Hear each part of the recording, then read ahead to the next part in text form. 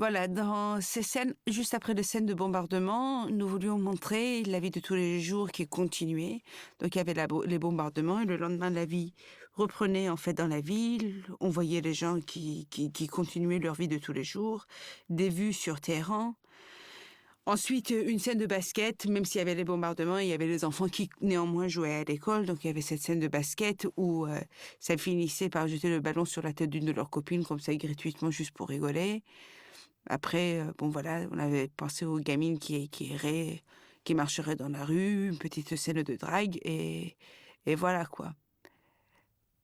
Et pour finir, encore pour appuyer sur le fait que les adolescents sont partout pareils, on a montré les trois copines qui fumaient dans les toilettes, et ça finit sur cette scène où Marjane, elle écrit sur son blouson "Punk is not dead". À ce propos, il y a les Américains qui nous ont appelés après pour nous dire qu'il manquait à dead, comme si on ne savait pas.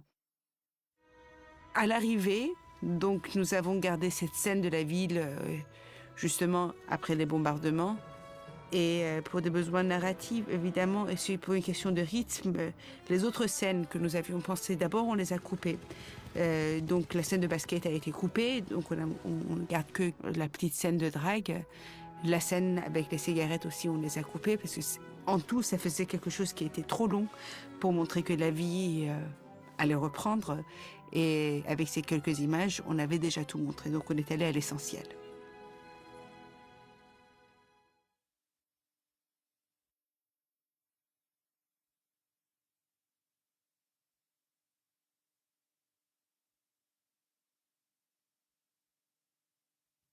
Tu es sûr que tu veux pas venir avec nous?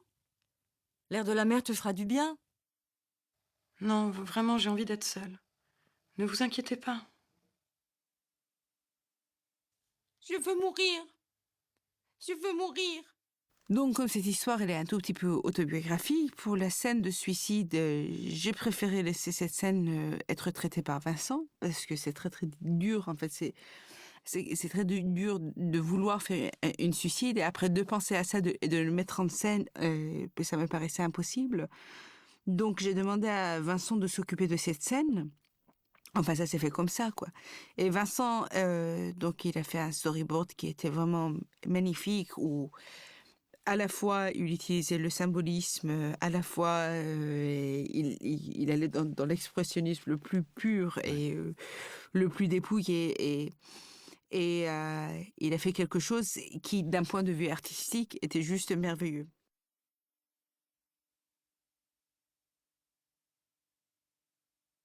C'est-à-dire, avec des jeux de lumière et d'ombre, on voit la durée, en fait, de ce coma dans lequel Marjane, elle rentre après avoir pris ses médicaments.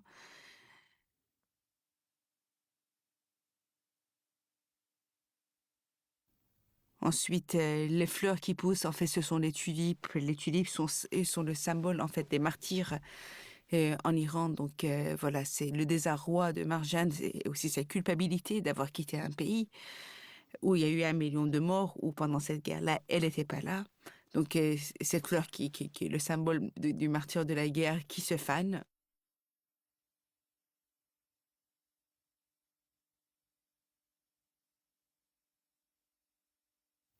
Et tous les esprits, elle est envahie par l'esprit, par l'âme, par tous les démons qui viennent comme ça de loin.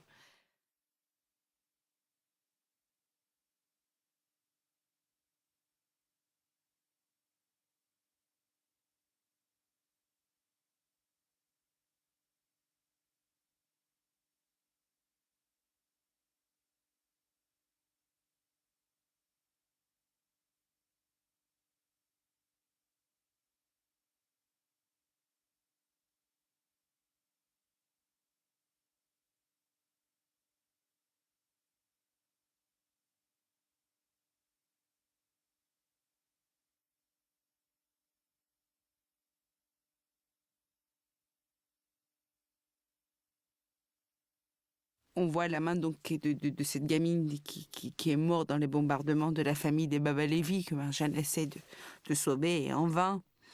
Après, il y a Frau Schloss avec son chien, enfin voilà. Tous les démons de Marjane qui reviennent, c'est tout ce qui a participé, en fait, à ce qu'elle soit dépressive qui revient.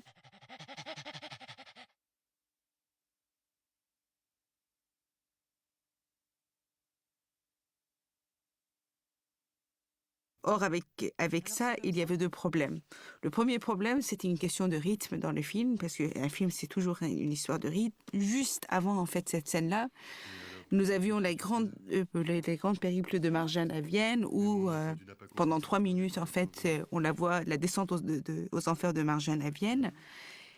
Et avoir une scène de plusieurs minutes juste après cette scène-là, ça aurait fait deux moments forts de dépression, et ça aurait vraiment ça aurait donné une vision très très noire du film, alors que dans ce film-là, on essaie à chaque fois qu'il y ait quelque chose de assez triste qui arrive, de le contrebalancer par quelque chose de moins triste, alors que là, ça aurait fait deux grandes scènes de tristesse, et pour des histoires de narration et pour des histoires de rythme, c'était pas très bon.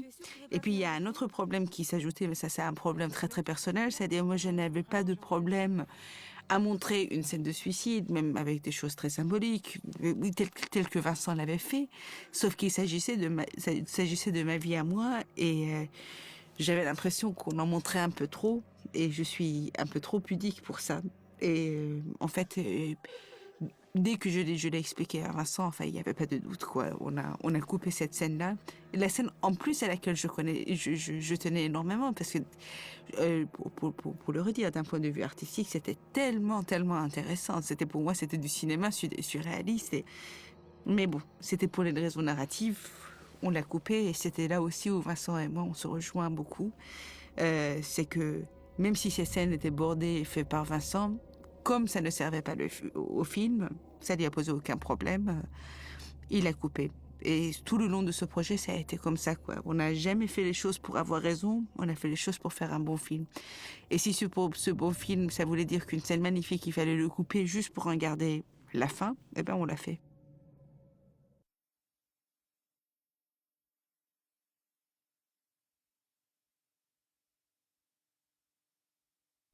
Cette situation est vraiment intenable. On ne peut aller nulle part. Regarde, on est ici comme des prisonniers. C'est pas une vie, ça. Ouais. On n'a qu'à se marier. Alors? Bon voilà, donc pour le scène de mariage, nous avions pensé d'abord de montrer comment la mère et le père, séparément, conseillent le mariage, parce que la mère apparemment est très très contre ce mariage, ce qui explique pourquoi après dans les toilettes on la voit pleurer. Donc pour justifier ça, on voulait montrer la scène entre les parents. Aussi de montrer Marjane qui, même avant de se marier, elle se rend compte que peut-être c'est pas la meilleure idée du monde, avec toute cette pression de la famille qui est là, le mari qui l'attend. Mais ça faisait un peu trop d'éléments, ça veut dire on partait un peu dans tous les sens. C'est de nous donnions des explications qui méritaient d'être soit plus développées, soit pas développées du tout, parce que si on montre la relation entre le père et la mère, on montre la famille, soit il faut pas dire, soit ce qu'on dit c'est pas assez, il faut dire encore plus. Donc on a opté finalement de zapper tout ça et de montrer le mariage avec que des images de mariage, que des photos de mariage. Et voilà, le résultat est là.